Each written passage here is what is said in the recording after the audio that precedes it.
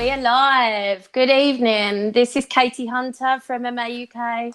I'm joined by my co-host, Chris Emmanuel. Hi, Katie. How are you? I'm really good, thank you. We've got a fantastic show lined up for you this evening. And our first guest on is Owen Gallagher. He is one of the Lockhart and lead nutritionists. He also got Darren Till to 170 or below 170 for his last fight when he was in Champ Camp. So we've got a lot of questions for him. Hi, Owen. Hi, guys. Thank you very much for having me. Thank you for coming on. I've had a lot of questions from friends, a lot of people DM me. You've been one of the most popular guests in terms of advanced questions. No pressure on you. Not a problem. So how long before Darren's fight was announced did you know that it was coming? I actually found out when everyone else found out. I had heard, rumblings, if you want to call it that. But I kind of, I always seem to just find out officially when it does get announced. But, right. We might have something. It's a lot of back and forward. It's a lot of politicking. So I usually just find out when everyone else finds out. And when do you know if you're going to be used for the next camp, or are you with him on an ongoing basis? Yeah, so I went over to Liverpool for the first time ever back in November and just kind of touch base and see where everyone was at. We were looking for something all the way back then, but something didn't materialize until the last few weeks. But it was clear that we would be working together moving forward, and I couldn't be happier. And tell us how you first started working with him. So I actually met Darren in July in Vegas during International Fight Week. Yeah. He had an autograph signing at this fight shop that's in Vegas, the Vegas Fight Shop, and I went totally just as a fan, like a big fan after watching his his few previous fights, and afterwards I was like, okay, he's pretty cool. Obviously there was the weight issue with the Wonder Boy fight. Yeah. So I just sent an email to the contact email on his Instagram profile. And, insanely enough, I heard back from Colin, Herron, his head coach, within about 12 hours, and that kind of got the ball rolling. You're going to get his inbox absolutely flooded now. Yeah. According to Colin, there were several dozen people that did reach out, inquiring for the job, but, they ended up settling with me for whatever reason. I don't think I want to know why, but... Well, tell us about your credentials. I got certified under the Lockhart and Lee weight cutting protocol in Vegas that weekend. That's why I was there in the first place. I helped them do Paul Felder's weight cut for his fight with Mike Perry, and that was my first time working with a UFC level athlete. I'd worked with lower levels and mostly jiu-jitsu athletes before that, so it's a bit different. Like the weight, you don't do a severe weight cuts. It's more of like an actual like dieting process because with jiu-jitsu it's almost exclusively same day weigh-ins. Yeah. But at the time before that, I also had a meal prep company that was running, so I was doing a lot of diets for general population clients. But I kind of just made a very quick jump into the MMA world. So tell us, so you first just had an interest in food, then you set up your own meal prep company, and then tell us how you moved into the MMA and jiu-jitsu side of things. Yeah, so the start of 2018, I kind of got an idea from a friend to start this company, and he was supposed to be involved, but, he was busy with school, whatever, so I kind of ran with it myself. I wrote a business plan. I did all sorts of research and started kind of running the company very informally. Yeah. But, I was getting clients, I was doing marketing, I was doing all of that, and just really excellent experience. But, I lacked a level of sophistication in terms of, my business knowledge, my business infrastructure. So I was kind of at a stalling point, like with what the next step would be in terms of like growth or whatever. And this was about June of last year. And funnily enough, that's when I ended up getting in contact with George Lockhart originally. Yeah. And, he invited me out to Vegas to take their weight cutting, certification. And I ended up just kind of seamlessly transitioning into this world, by Yeah. getting the till gig. That's, I mean, massive props to you for getting such Thank you. a huge gig so early on, and that's for having the balls to go out and get it and make it happen. What can you tell us about the certification course? Are you allowed to tell us what goes on and what they teach you? I'm actually off the top of my head. I'm not allowed what. Sorry, I'm not sure what I'm allowed to say and what Right. I'm not allowed to say. So I'm gonna just, I'd have to. I don't want to give anything away. So anyone who's interested can reach out to them on Instagram, and they'd be happy to answer any questions. Yeah. Well, when George was on the Joe Rogan podcast, the approach to it was so scientific. A lot of it went over my head, to be honest. Is it something that normal people would be able to get their head around if they did the cert? It really is, the big thing I think that sets apart George and his staff from, other people in the space is the level of experience that they have. Um, George is an incredibly intelligent guy, but what sets him apart, as I just said, is the amount of times they've been in the trenches and they've done this and they've seen everything at this point. So, it can be very overwhelming to the outsider who, isn't used to the sort of craziness that can go on during a fight week. Yeah. So, I would kind of encourage people who are interested to kind of speak to people like myself and other, professionals in the space before, diving head on into it, because it is a bit crazy. The other thing that I didn't fully appreciate before, I've actually spoken to Ian Larios before as well. I didn't appreciate how much you guys work as a team at like a big fight week. You could have I think he said up to about 9 was the most that he'd worked with in a week, 9 fighters on the card. And you guys kind of moved between them all. Yeah, absolutely. So it's on like a needs basis, usually, certain fighters need more attention, and then, you kind of just delegate the staff where needed. If a fighter has worked with a particular person before, you want to try to get that same person working with that same fighter, so there's like a level of familiarity there.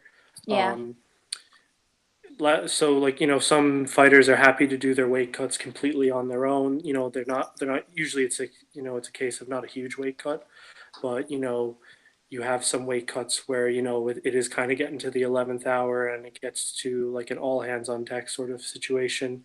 But yeah, it's all about being able to improvise in the moment and just do what's best for the fighter's safety more than anything else. Yeah. And what about cheaters? Have you got people who are sneaking off to the fridge without telling you? Yeah, I mean, me personally, I try to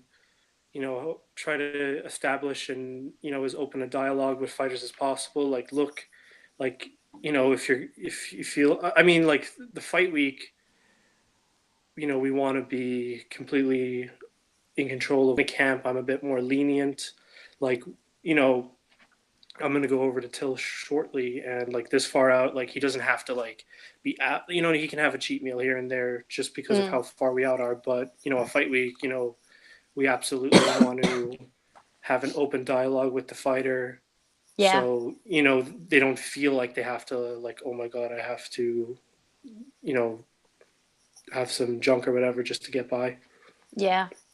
And talking of cheat meals, a few people have asked me about. It sounded like Darren had been drinking the weekend just gone. No, absolutely. I can unequivocally deny that. That's how he is. Like people who haven't, been around him as much as I have, or can get a bit thrown off by him. But that's just who he is. He's just having fun.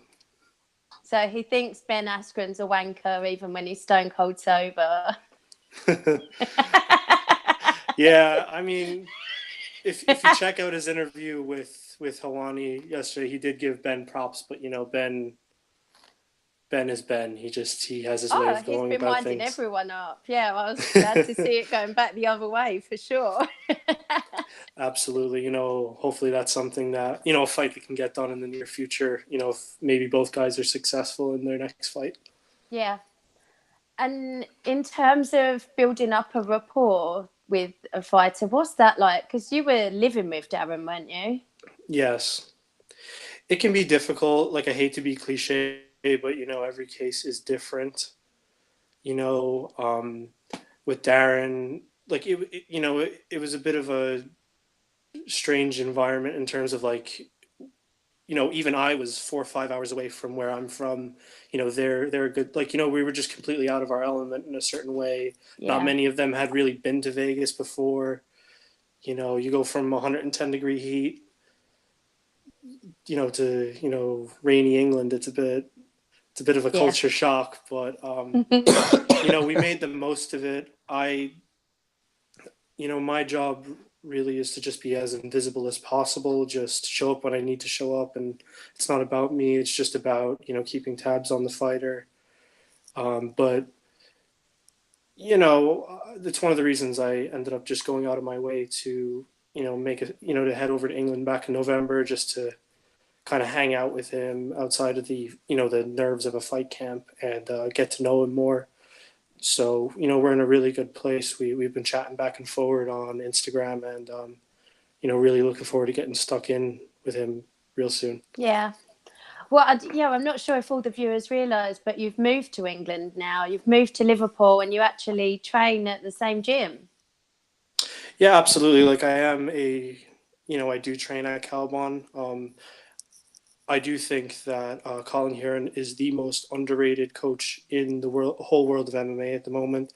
The guy he's been there from the start, and he's produced just, an unrivaled level of high level talent over the last decade or so. When you look at, people just don't, people that are very new to the sport don't realize, the talents that he's brought through that gym. Um, to this day, like, Terry Edom is probably like the hardest guy I've ever done any sort of a combat sports activity with. The man is just made of steel, and it's a credit to Colin. So I'm, on top of working with Till, I'm looking forward to getting back into my own training over there. Yeah. It's different. It's a whole other level of intensity.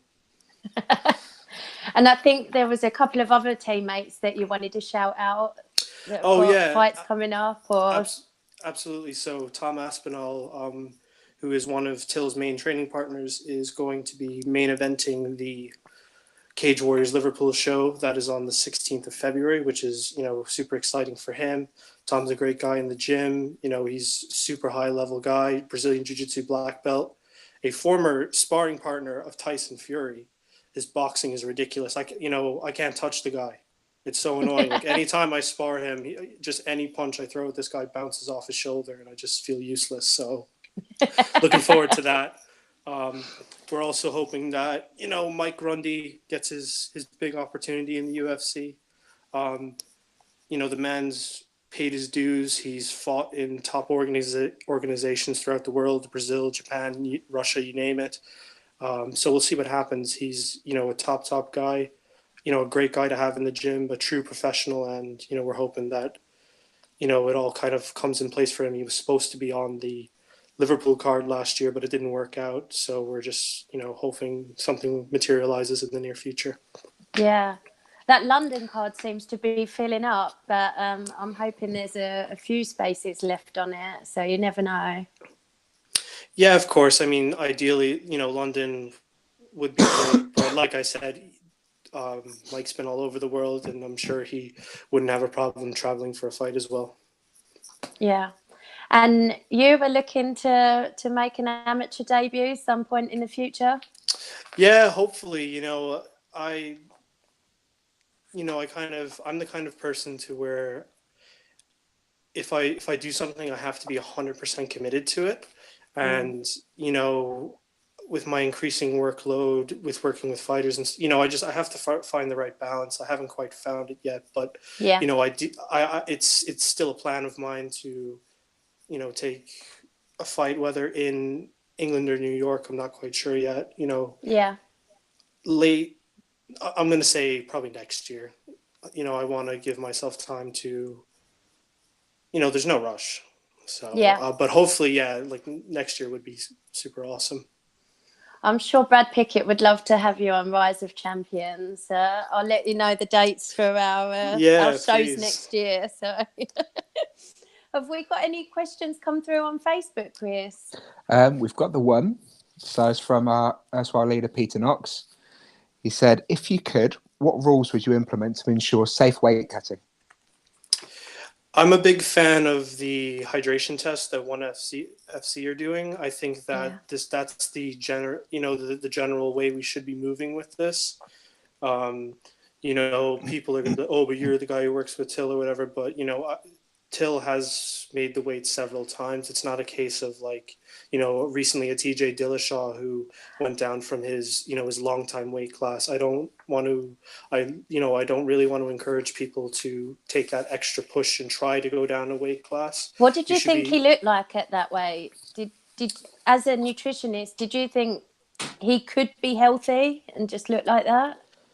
To be completely honest with you, I haven't worked with too many guys his size yet. Right. So, you know, with a big guy like Till, it's a lot easier to cut a significant amount of weight. Whereas with the small guys, you've less muscle tissue to work with, less fluid to lose. So, you know, I don't want to really comment too much on it, but it's just I don't really know. Yeah. What about the other way? What do you think of guys like Big Country, who don't seem to focus on their nutrition at all? How good do you think he could be if he employed the right diet? You know, I think it's a commitment thing more than anything. You know, if you want to be a top professional in this sport, you know, diet is a huge part of it. You know, Daniel Cormier still brought Ian Larios in for his entire camp. Just recently with Derek Lewis, you know, a heavyweight fight where he had, you know, didn't really have a weight class to make, and you know, he has to make 265, doesn't he? Yeah, he was like 250, I think, which, you know, he's pushing it. He was getting pork belly and stuff the week of the fight. Ian was treating him good, so. But my point is, like, you know, he had Ian out, and he had Ian up in San Jose and then in New York, obviously, and you know, he's the champ, and you know, Connor has someone right now, and he doesn't have a fight booked. So, you know, if you're a top professional, you're going to follow a diet, whether, you know, there's a strict cut to make or not. So is that complete fabrication? When Derek Lewis says that he's eating ribs and Popeye chicken right before he walks out, is that him messing around, or I'm never sure what to believe of him? I mean, yeah, that's what I was about to say back to you. I'm not sure, you know, the guy's a comedic genius, and it's funny seeing him blow up now because I remember watching interviews of him several years ago in Helwani and thinking this guy's really funny. Yeah. You know, but I think Derek is an intelligent guy beneath the comedic surface, and I think he, you know, behind closed doors is eating pretty reasonable. I think with Derek, you've also got to take into account the fact that he's got a Popeyes card waiting for him half a mile away from his house, and he still hasn't picked it up, so he can get free Popeyes for life. Which, you know, I'll be honest, I would be all over that. It wouldn't even be. Exhibit I'd actually be. I'd be in Popeyes right now if I was him, and I'd be broadcasting live from Popeyes. I tried some when I was in Vegas. I definitely do not want to offend Derek Lewis or put him off ever coming on the show, but I was a little bit disappointed. Yeah. I hope he won't hold that against me. Yeah, I'm not a huge fried chicken guy myself. I had KFC one time when I was super young, and it just never again. I think I'm probably more the target demographic than you two, if I'm brutally honest. So. I wasn't going to go there, but we'll let you say that. We haven't got any more questions in yet, but I'd like to know if there's a specific fighter that you would be really interested in working with, Owen. specific fighter. So right after Till weighed in, I right away started beating the drum for GSP because it is looking like if he would make a return, it would be at 155 pounds. Yeah. I heard Brendan Schaub on the Fight Companion over the weekend mention that, you know, he's been around Wildcard Gym in LA and he's looking very thin. So, but, you know, I did end up looking into that, and he has a, you know, like a sort of a team that works with him in Montreal. So I don't really want to, you know, if he has a setup, that's cool. He can do whatever he wants. But I'll go out on a limb and I'll pick a realistic option. You know, Gordon Ryan recently announced that, you know, he's planning to make the transition to MMA. Wow. And, you know, Gordon's a local guy. I haven't been to Henzo's myself, but I do know a few different people there. I know one of their Muay Thai coaches, PJ McMahon, who works with Caitlin, blonde fighter. I'm sorry, I'm not even going to try the last. You know, yeah. She's number 3 in the. Yeah. She was number 3, in the flies, until she lost to Jessica Rai. Yeah. But yeah, I just. Chukagan. Sorry, I'm not even going to go with it. But yeah, like I know a few different people at you know, Henzo's. So, and I'd love to just be in some sort of an environment where, you know, I can be around Danaher and just to pick his brain. You know, the man's a wizard. So, you know, hopefully that can work out in the future. So you've learned from the scientists of food and the scientists of jiu-jitsu as well. Yeah, he's going to be a world champ with that setup. Absolutely. Definitely. Kid is still only like 23, so it's like the sky's the limit. Yeah. How old are you, Owen? I just turned 22. That's incredible. Incredible achievement so far. I was going to say, your Instagram is more of a journey than anybody else's I've seen. Like, in terms of, I've read your post from when you decided to drop out of college and follow your dreams, but not just kind of aimlessly follow your dreams. Like, you made it happen with your meal prep company, then you did the certification, then you went after the fighter that you wanted to get. It's an incredible journey. And then even looking at your food, it's like you obviously always had a passion in it. But like at the beginning, you were always cooking steaks, just like different steaks. Now you've just like, it's just become so mature, and they're just like the most beautiful plates of food. I'm really obsessed with all this stuff, and just a bit of an Instagram stalker. Yeah. I mean, I do get a lot of people who, you know, kind of have mixed thoughts about, you know, the level of stuff that I share and my thoughts or whatever. But, you know, I do get people who message me sometimes and say that they, you know, they get something out of it. And, you know, I had a girl that I went to high school with who reached out to me at one point and said, like, hey, I've been kind of watching what you're doing, and, you know, you kind of gave me the push to finally like give modeling a try. And I just thought that was crazy, you know? So, you know, I don't do it for attention or anything. It's just, I'm a very intense person, and I have these very deep thoughts, and, you know, if at least one person gets something out of it, I don't really care. Well, it was people like you that made me join MMA UK, because I was watching everyone's Instagram and training a bit myself and just wanting to be involved in the scene so much that I just kind of went for it. So thank you. That's crazy to even hear. Like, you know, that's awesome. That's great to hear. We're happy to have you in the scene. I'm trying to get used to the UK MMA scene a bit more. It's way different in terms of like just the culture than American gyms, you know, and you know, hopefully when I'm over, I'll get to, you know, visit a few more gyms. Yeah. Chris, have you got any more questions for Owen? Well, Power Punch Combat Media have come up with a couple of questions that I think are relatively inappropriate for someone of your professional attitude, Owen. So the first one's McDonald's or Burger King? We're big Mackey's fans in Liverpool. That's all I'll say. Okay, and then the second question, I think, is probably relating to a very in-depth conversation we had last week. How many Jaffa cakes can you eat in a minute?